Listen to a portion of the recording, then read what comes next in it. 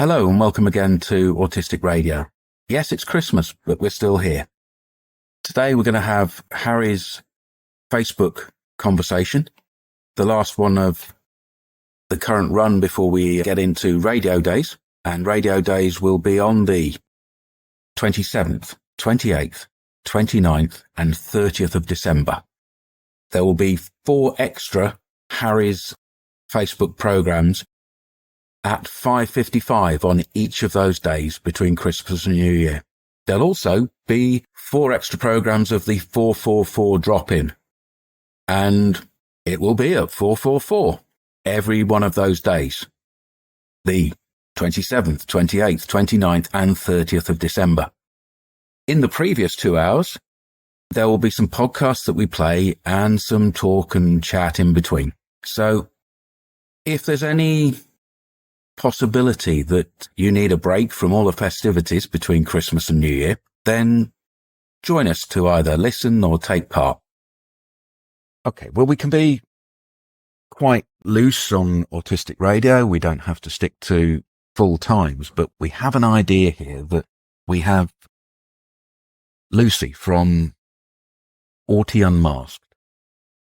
Lucy is a contributor to Autistic Radio, and also she has a number of other irons in the fire where she advocates as a person with lived experience or expert by experience.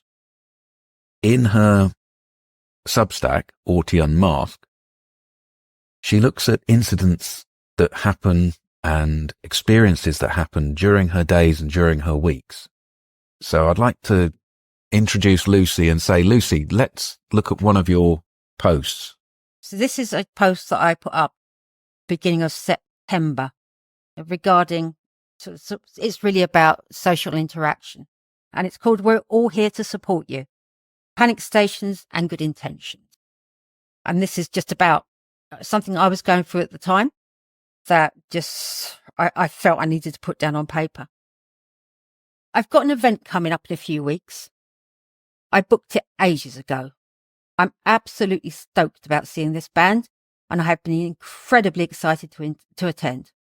Even though they've been going, and I've followed them for decades, they're still relatively unknown, so there's no VIP meet and greet package, where you can pay 10 times the face value of a normal ticket to mingle with other Uber fans and the artists themselves for a few minutes of stilted chit-chat and perhaps a selfie before the meter runs out. Music has always been important to me. It's been a constant love of mine, threading all through my life from an early age. I started attending gigs when I was 15 with my older brother, and that was The Damned, by the way. It was brilliant. With my older brother, and was instantly hooked on the experience of being part of the crowd united by a common love. A crowd can shroud you in anonymity. The lights are low, the room is loud enough to drown out voices, and so there's no need for conversation. And at that age, when I was a drinker, alcohol helped me to lose all my inhibitions. I could shout, scream, sing and dance, safe in the knowledge that no one was taking any notice of me in isolation. How wonderful to be able to let off steam. There is still no other social environment that I can truly feel in charge of.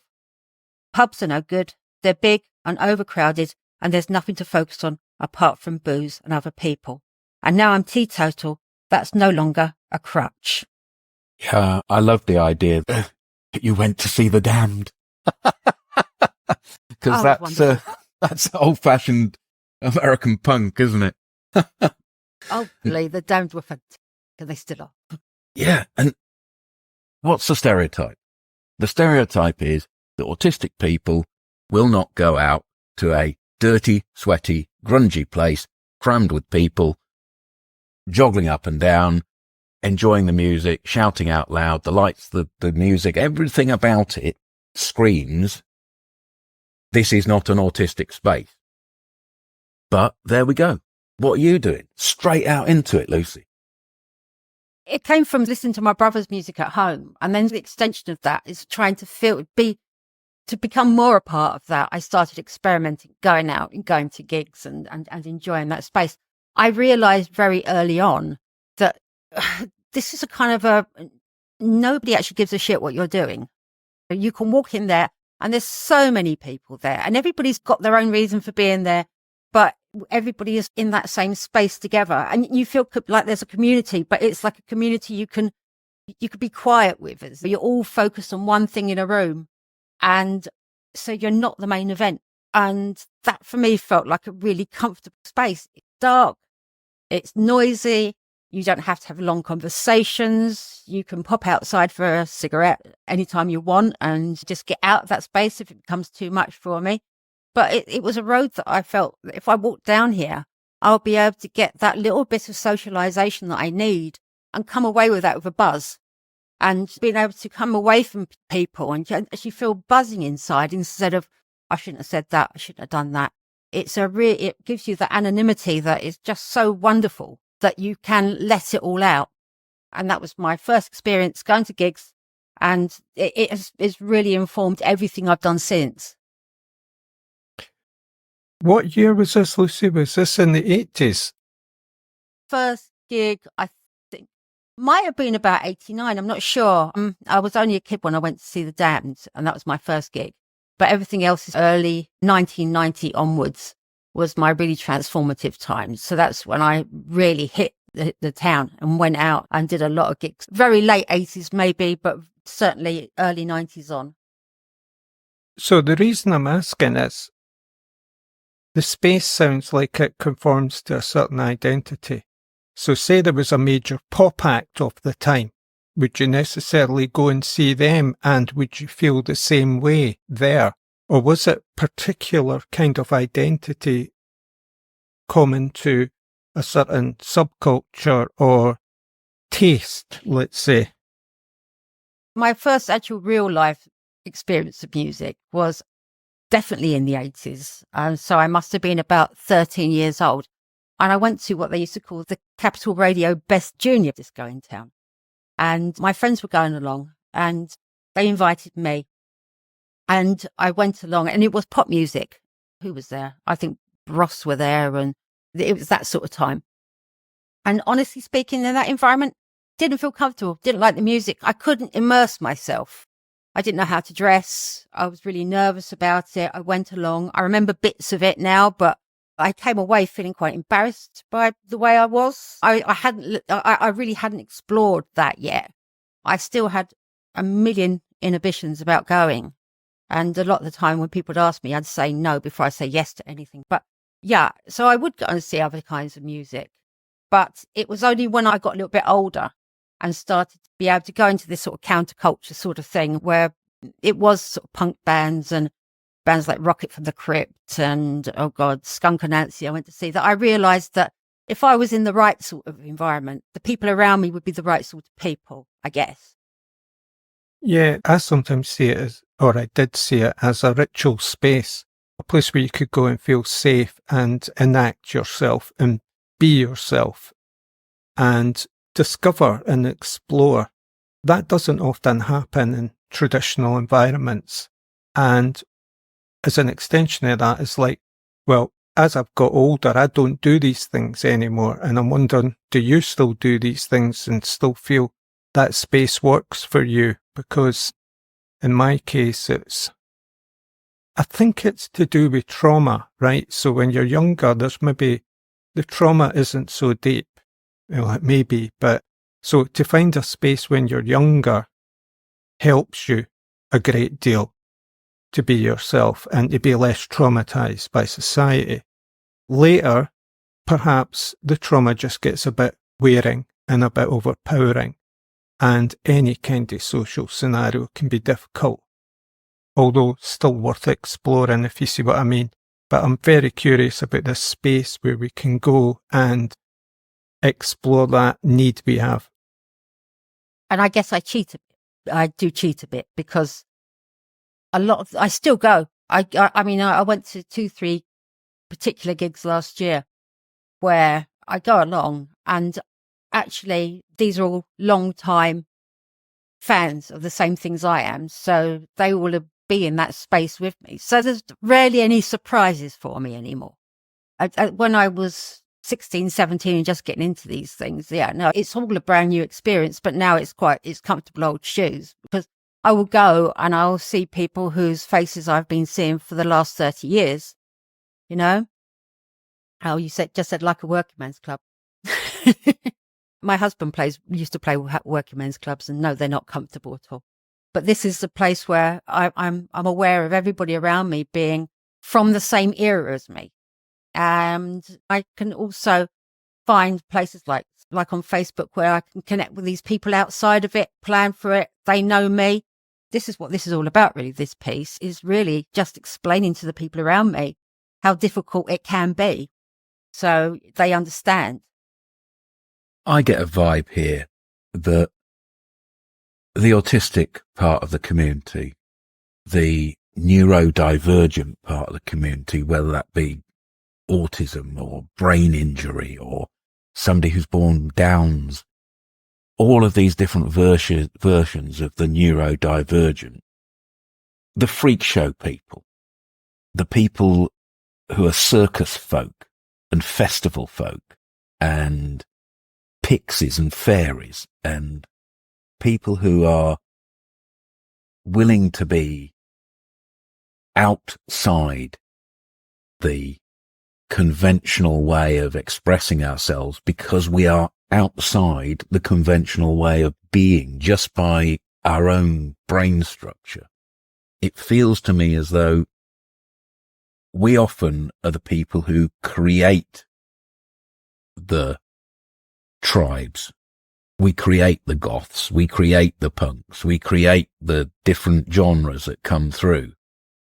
And then afterwards, you, Lucy, even at your ripe old age of young, you're still accessing those things, not because it's an age group thing, but because there's a belonging for the people that chose that in the first place, that chose those spaces. And you'll find more people that are accepting of you in those spaces. And it's becoming more difficult to find live music spaces that I can go into, because it's very much changed since the days when I first got into this, where there were gigs every night at different venues. In London, I used to go out virtually every night and see a band. And I had one or two people that I'd bring with me from the other tribe to go along to these things. I had a best friend who went with me everywhere. So I would go to lots of different spaces and experience lots of different music, bands that were big or small or whatever. But it was like a continuity. You kept it going, and it was great because you could do that every night. It's not so much now, and you don't really get the same sort of thing that you used to. I'm always keen to get in with the people and that. So everyone I know is lovely. And with every anniversary of this quirky, obscure band's formation, we all grow another year older and another year wider. But even so, my autism still finds a way to get in the way. I've never been able to shake my anxiety completely, and right now I'm already feeling uncomfortable about this gig. I'm also keen to be at it. This is the point in time when I am walking through how the day is going to look, the journey, the hotel, getting ready and heading off to one of the only social events I know I'll be going to this year. It's the wide gaps either side of the show that I know will be the toughest part. The train journeys and checking in and out are just the start. Before the gig, everyone meets up at the nearest bar and catches up with one another. I'm always twitchy and unable to think of anything to say. I have no sense of how to chat. I try to think of the right words, but nothing comes. I often find myself mute and floundering. People ask how I've been and what I've been up to, and I genuinely wonder why they care. In anticipation of this, I will often post about my building fears, for this is where those social media sites come in useful. Honesty is always my best and only policy. I'm determined not to have to pop that awful mask back on and hold the fear inside. There have been times in the past where that nagging, dull, ambient terror would develop into a slowly unfolding dread and then transform into physical panic. The worst of these have led me passing out. So you can imagine how important it is for me to get a grip on this before it gets a grip on me. I love that, Lucy. But I do also recognise that, that fear You've got this thing that you know is absolutely part of your history, a gig. You know you're going to be amongst a crowd that are going to be okay in comparison to other crowds you might be in. But still looking ahead, there's still a fear about it. Walking into any space is a big deal for me. I'll just read the next paragraph. It sums up this sort of catch-22 that I'm in. So, of course, the almost laughable irony of making my anxiety public in advance of a potentially stressful event is that well-meaning acquaintances try to bolster and reassure me by telling me to stick with them on the night. They'll shield me from the awkwardness. Stick with us. We're all here to support you, they say, with the best intentions in the world, oblivious to the fact that, in part, it's they, I won't say I'm afraid of, but that are certainly a contributory factor to my angst. I don't mean to sound ungrateful, as I know they are nice people and trying to help, and I almost didn't share this little slice of pathos for fear of offending anybody, but such is the intricacy and catch-22ness of my condition. So true. Yeah, well said. We're always stuck in this irony, aren't we? We try our absolute best to be appropriate and to get the best of our lives. And the more we do that, the more we fail to also at the same time express in ways that are easy to accept from us that we are still struggling. Somebody who is dealing with their anxiety or their fear or their social issue and pulling themselves to push themselves to go for it, to go out there and do it, masking up even and covering up what we really feel. It works against us at the same time because people will immediately often click to, well, they're okay. There's nothing we need to worry about now. They're all going to be fine. And we don't need to worry about Jules or Lucy or Ray or whatever. They're managing, but we're not. We're like the swans in, the old cliche of the swans, smooth on the top, passive, non-threatening, as quiet and resting face as we can on the top, and underneath there's so much going through our heads that makes things difficult for us. There's often a misunderstanding that the thing that I want to do by telling people about my anxiety is to draw them closer to me. And I don't like people getting the sense that I'm pushing them away from me at all. I don't want them to feel that way. And I'm always so grateful that that offer is there on the table, but people take it to extremes where they're treating me in a way that I know that they're being a little bit careful, but all I really want to be is sort of isolated, allowed to enjoy that space, maybe by myself, and maybe not having to talk to anybody at all during that night. But I get so many offers of if you hold my hand and I'll take you through it, and I have to refuse because that's really not what I'm there for. I think there's a different level of understanding that we need to access in these situations. Not we ourselves, but other people too, because they're often well-meaning, trying to help, but it's happening on that level that isn't really understanding. It's more like the done thing.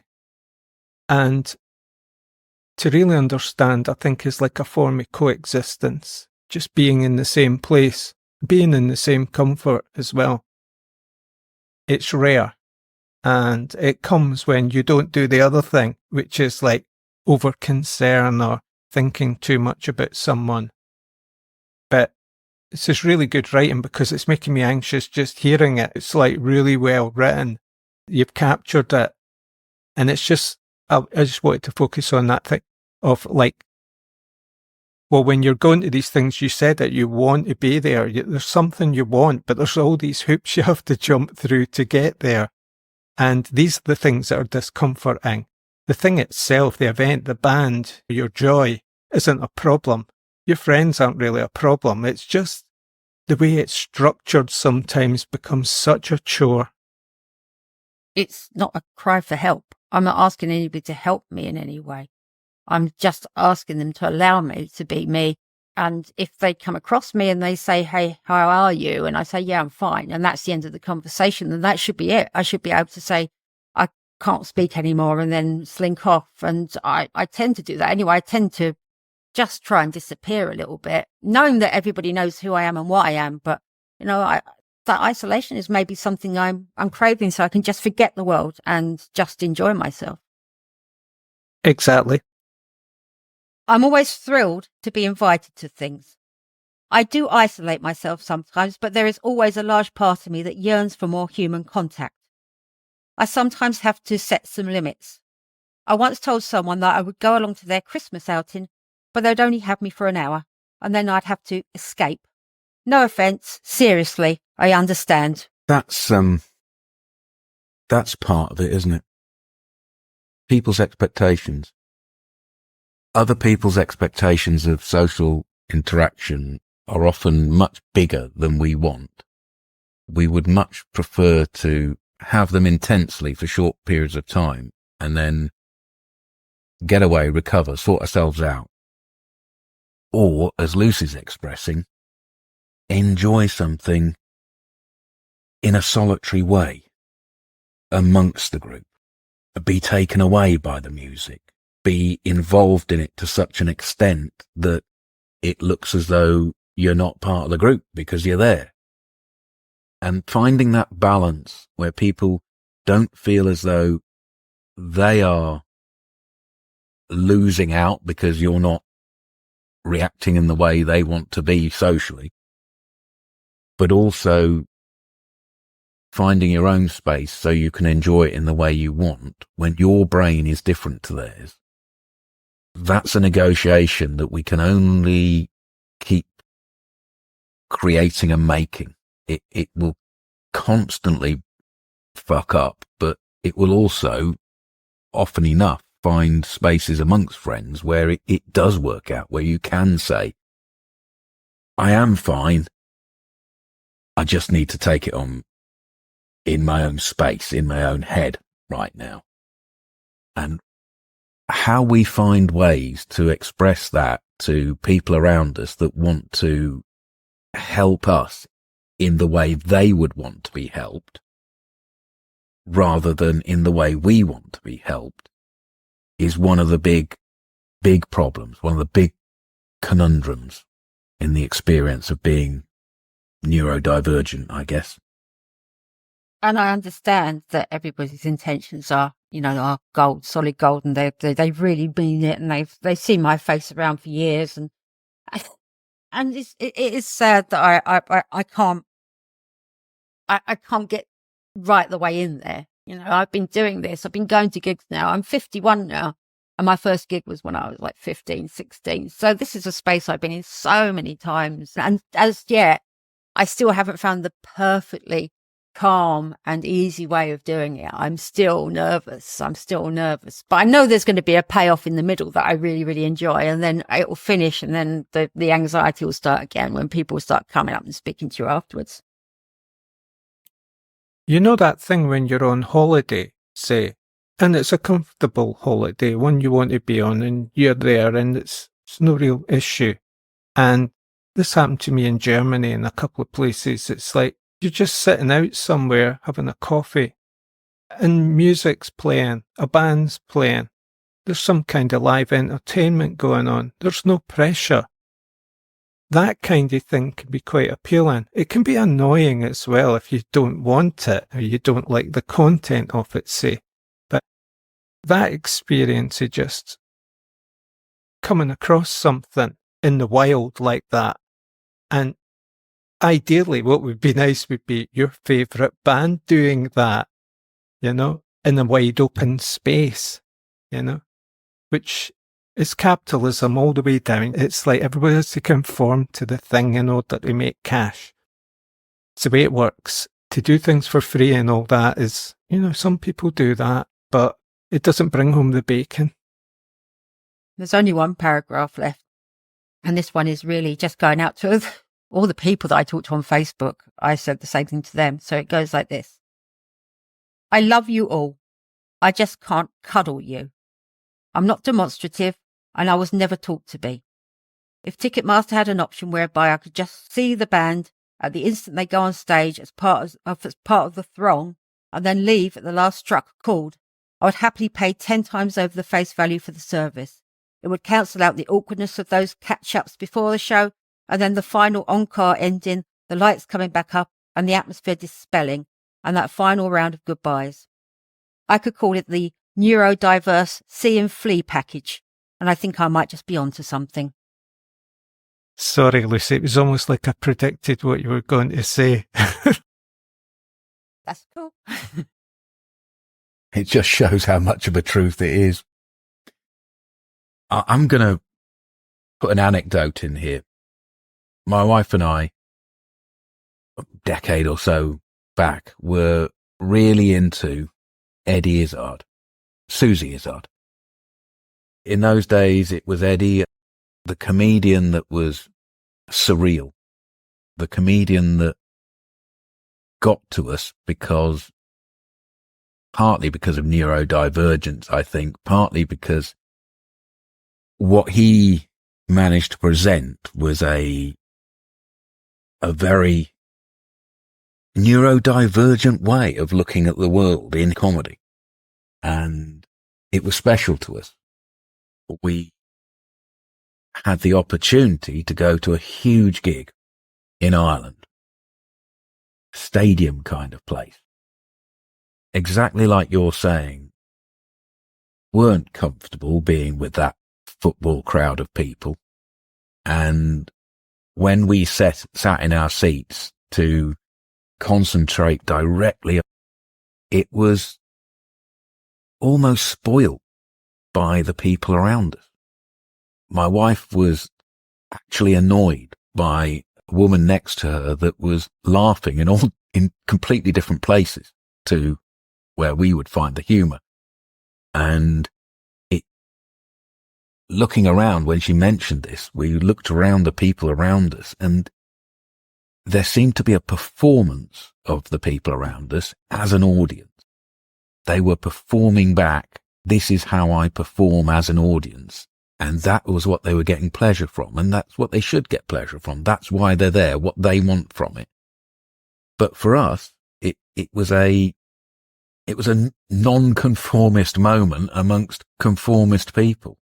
It was, these people aren't experiencing it in the way that we experience, and we feel almost excluded by the loudness of them and the demonstrativeness of them, and the lack, it felt to us, of the connection with the person on stage.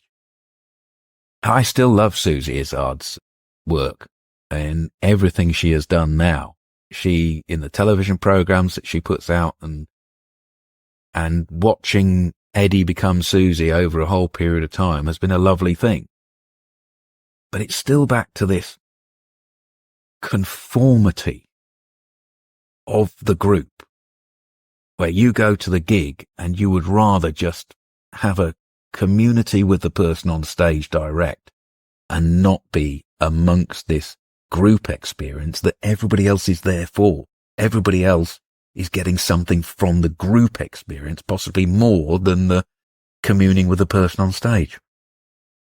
Maybe that's why I've always kept it so small. Bands that are slightly off that scale, so they're not going to be performing in huge venues. One of my huge loves when I was a teenager was Vic Reeves and Bob Mortimer, and the show that they did. And I'd watch it every week religiously. It was my thing, and I thought it was the best thing in the world. I discovered it when it first came on, and it was really surreal and different and really got to me. Then I had the chance to go and see them in Hammersmith, the Hammersmith Apollo, which is a massive venue. And it was absolutely packed with people. And I was sat there in amongst a lot of other fans. And it felt very different to when it was at home, just me and the telly, because I felt like I was transported into that world, because it was like an isolation thing. It was me watching them and laughing and really joining in. when I got into the crowd of people going to see it, it lost its edge. I felt like I was just lost in this sea of people. Then there was no connection because there were people with your heads in the way and laughing in the wrong places or talking when I didn't want them to. And I found the experience a little bit annoying, if anything. And I think that's the thing. If you don't have that sort of one-on-one, being able to focus on that completely, and it sort of knocks you slightly sideways, so you don't really enjoy yourself because you're so aware of the crowd. Raymond in text says, a friend who was a regular punk music lover now finds her home being loyal to certain BBC Radio 6 programs. Radio 6 here in the UK is the alternative music genre program. Often it's the program where we look back on niche genre of music and the upcoming new stuff that hasn't met the mainstream yet. So there's definitely something about the autistic experience where we need to be in the smaller spaces, and when those different groups and bands become large and mainstream, we stay in the smaller spaces maybe.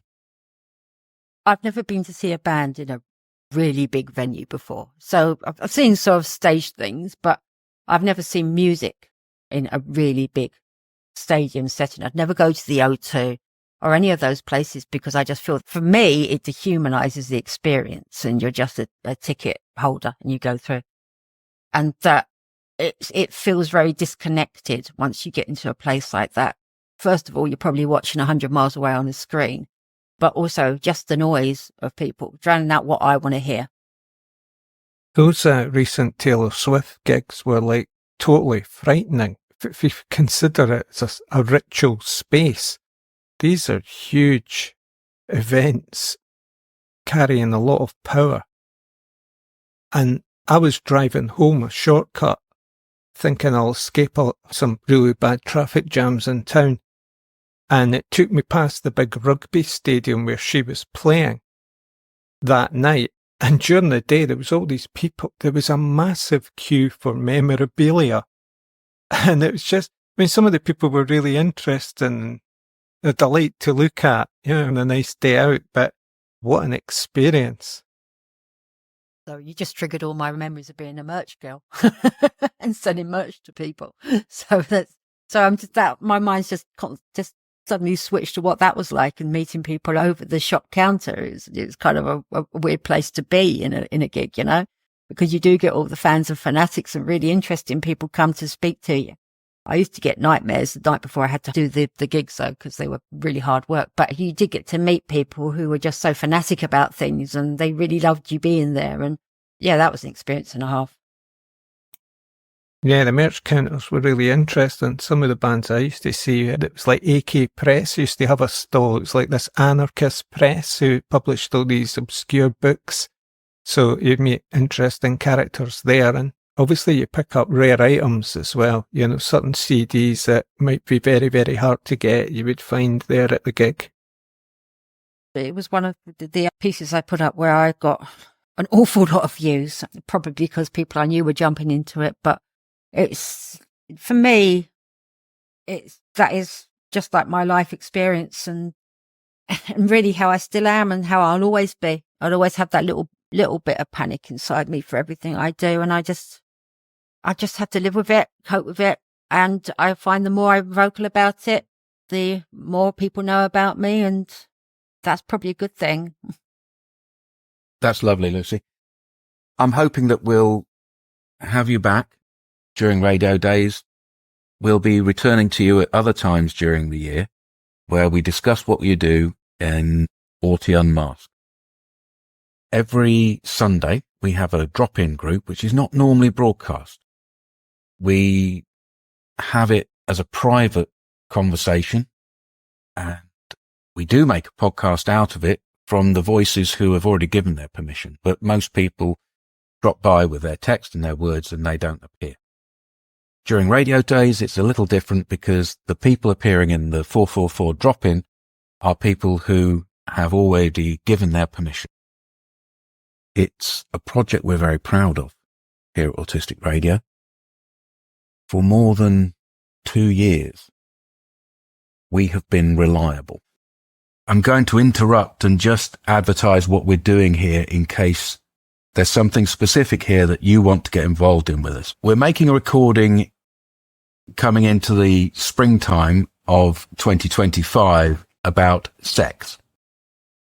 Sex, drugs, rock and roll. We're pushing the boundaries. We've got a couple of professionals coming and talking to us, but we want you to have a voice and we want you to direct some of the things. I'm not entirely comfortable with some of the ways that I interpret the work of the two people that are coming up. So I need an autistic angle on this, if anybody's out there to help us. And the second one is we now have the go for a series looking at ABA from a very autistic point of view. We have essentially platformed a group of behaviorists, and they have come to describe their take, and we have found common ground in that. It has been surprising. But we really do need now voices from the autistic community to maybe give challenge to some of the things that they have heard. We will make sure that this is respectful all the way through. But I am being encouraged by members I respect of the autistic community to continue this difficult task of having an open conversation with the behaviourist community.